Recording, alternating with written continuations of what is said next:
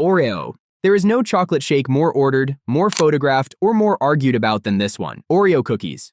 Chocolate ice cream. Milk. Blended together until the cookie bits are just small enough to get through a straw, but big enough to remind you they're there. Simple idea, ridiculous execution. Oreo is the best-selling biscuit on the planet. Over 40 billion Oreos are made every single year. So it makes complete sense that someone looked at that number and said, yeah, let's put those in a drink. The Oreo shake became a menu staple at diners and fast food chains across the US and UK in the 1990s. McDonald's put it in a McFlurry. Burger King built a whole shake around it.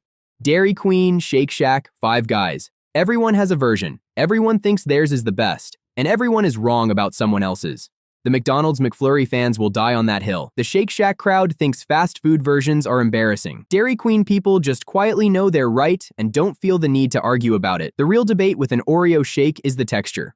Fully blended, you lose the crunch, and the crunch is the whole point of an Oreo. But too chunky and you're basically drinking a biscuit. The best versions keep some whole pieces in. The worst blend it into gray sludge and call it a day. If the Oreo bits fully disappear in your shake, send it back. You ordered an Oreo shake, not a memory of one. Nutella. At some point, someone put Nutella in a blender with chocolate ice cream and milk and completely changed the game. Nutella was invented in Italy in 1964 by Pietro Ferrero. The original idea was to stretch expensive cocoa by mixing it with hazelnuts. Because hazelnuts were cheap and cocoa was not. The result accidentally became one of the most loved spreads in the world. Over 365,000 tons of Nutella are produced every year. That's roughly 1 jar for every 22 people on Earth. Every single year. In a shake, Nutella adds something a plain chocolate shake can't. That warm, roasted hazelnut flavor underneath the chocolate. It's deeper, richer, more interesting. It also makes the shake thicker because Nutella is basically paste, which most people consider a feature, not a problem. Nutella shakes exploded in Europe first, Italy, France, Germany, before spreading to US menus in the 2000s. Now you'll find them everywhere, from artisan shake bars to fast casual spots charging £9 for a cup. The thing about a Nutella shake is it tastes like childhood and also like something far too good to be legal, both at the same time. Peanut butter. This one has a fan base that borders on a religion. Chocolate and peanut butter is one of those combinations that just works on a scientific level. Chocolate brings sweetness and bitterness. Peanut butter brings fat, salt, and a creamy thickness that coats your mouth in the best way. Together, they hit every single taste note at once. Food scientists actually have a name for this: flavor layering. When two strong flavors complement each other without competing, the result feels more satisfying than either one alone. Peanut butter with chocolate is the textbook example. In the US, the Reese's Peanut Butter Cup turned this combination into a cultural institution. Reese's was invented in 1928 by Harry Reese, a former dairy farmer who worked for Hershey's. He started making the cups in his basement. By the 1960s, they were outselling almost every other candy in America. The peanut butter chocolate shake followed naturally. Most versions use real peanut butter blended into chocolate ice cream with milk. Some add Reese's Pieces on top. Some rim the glass with crushed peanuts. People who haven't tried a peanut butter shake always say it sounds weird. People who have tried one never order anything else. Salted caramel, this one felt like a trend when it arrived. Then it just never left. Salted caramel as a flavor combination was popularized by French pastry chef Henri Leroux in 1977 in Brittany, France. He made a salted butter caramel with local Breton butter and won the Best Sweet in France award. The idea was simple. Salt cuts through sweetness and makes the whole thing taste more intense. It took decades to reach mainstream menus. By the mid-2000s, Starbucks launched their salted caramel range and the whole world caught on at once. In a shake, salted caramel chocolate works because the salt does the same thing it always does. It makes the chocolate taste more chocolatey. The caramel adds a buttery warmth. The combination feels indulgent and balanced at the same time. The best versions drizzle real salted caramel sauce into the blender and then again on top. The worst ones use a pre-made syrup that tastes like sweetened chemicals. You can always tell the difference. A salted caramel shake made properly is one of the best things you can put in your mouth.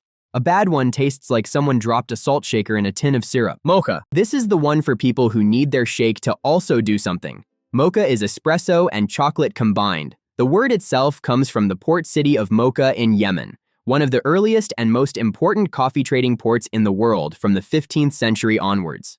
Yemeni coffee had a naturally chocolatey flavor, and over time, mocha became shorthand for the combination. In a shake, adding espresso or strong coffee to chocolate ice cream and milk does two things. First, it deepens the chocolate flavor. Coffee is one of the best natural flavor enhancers for chocolate.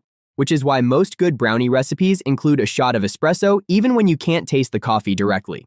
And here's the thing. If you've ever eaten a brownie and thought it tasted incredibly rich and deep, there's a good chance it had espresso in it. You just didn't know. You've been a coffee person this whole time and nobody told you. Second, it gives the shake a slight bitterness that stops the whole thing from being overwhelmingly sweet. It's the most grown-up chocolate shake on this list. Mocha shakes became popular in the US in the 1990s, alongside the rise of coffee shop culture. Now they're everywhere, from artisan coffee bars blending single-origin espresso with dark chocolate ice cream to fast food versions using instant coffee powder and hoping for the best. If you've only ever had chocolate shakes and never tried a mocha version, you're missing the most interesting one on the menu.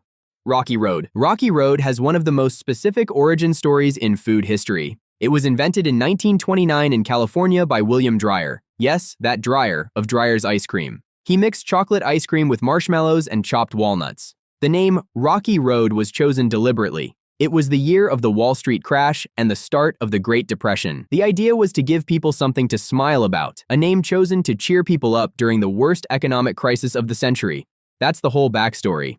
As a shake, Rocky Road brings texture that no other version on this list has. Marshmallow pieces that go slightly chewy when blended. Chunks of chocolate, bits of nut adding crunch between sips. It's a shake that keeps changing as you drink it. The challenge is getting the blend right. Too long in the blender and everything disappears. Too short and you're chewing your drink. A Rocky Road shake is basically 3 desserts in a glass, which is either the best idea anyone has ever had or a complete disaster depending on how hungry you are. Mint. People either love this one completely or refuse to go near it. There is no in-between. Mint and chocolate have been paired together since at least the 1940s when After 8 Mints launched in the UK in 1962 and turned the combination into a post-dinner ritual for an entire generation. The contrast works because mint is cool and clean, while chocolate is rich and heavy. They balance each other out perfectly. In a shake, mint is made one of 2 ways. The good way is real peppermint extract blended with dark chocolate ice cream. Cold, sharp, genuinely refreshing. The lazy way is mint syrup and milk chocolate ice cream, which tastes like someone melted a toothpaste tube into a glass. The difference is enormous. Real peppermint extract gives you that clean, almost icy sensation that makes the chocolate taste darker and richer. Fake mint flavoring just tastes like a mistake. The people who hate mint shakes have almost always had the bad version. Give them the real one and watch them change their minds in about 4 seconds. S'mores. This is the most American thing on this entire list. S'mores, graham cracker, toasted marshmallow, and melted chocolate have been an American campfire tradition since at least the 1920s.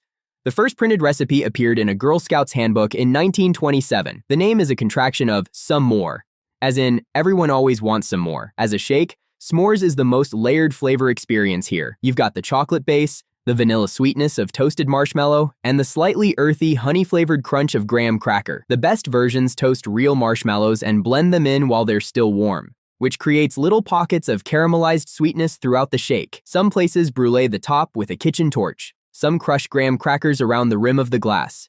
For people outside the US, a graham cracker is somewhere between a digestive biscuit and a honey-flavored shortbread. If you've had a digestive dunked in hot chocolate, you already understand the energy. A s'mores shake made with real toasted marshmallow is one of those things that makes you stop mid-sip and just think, yeah, someone really figured something out here.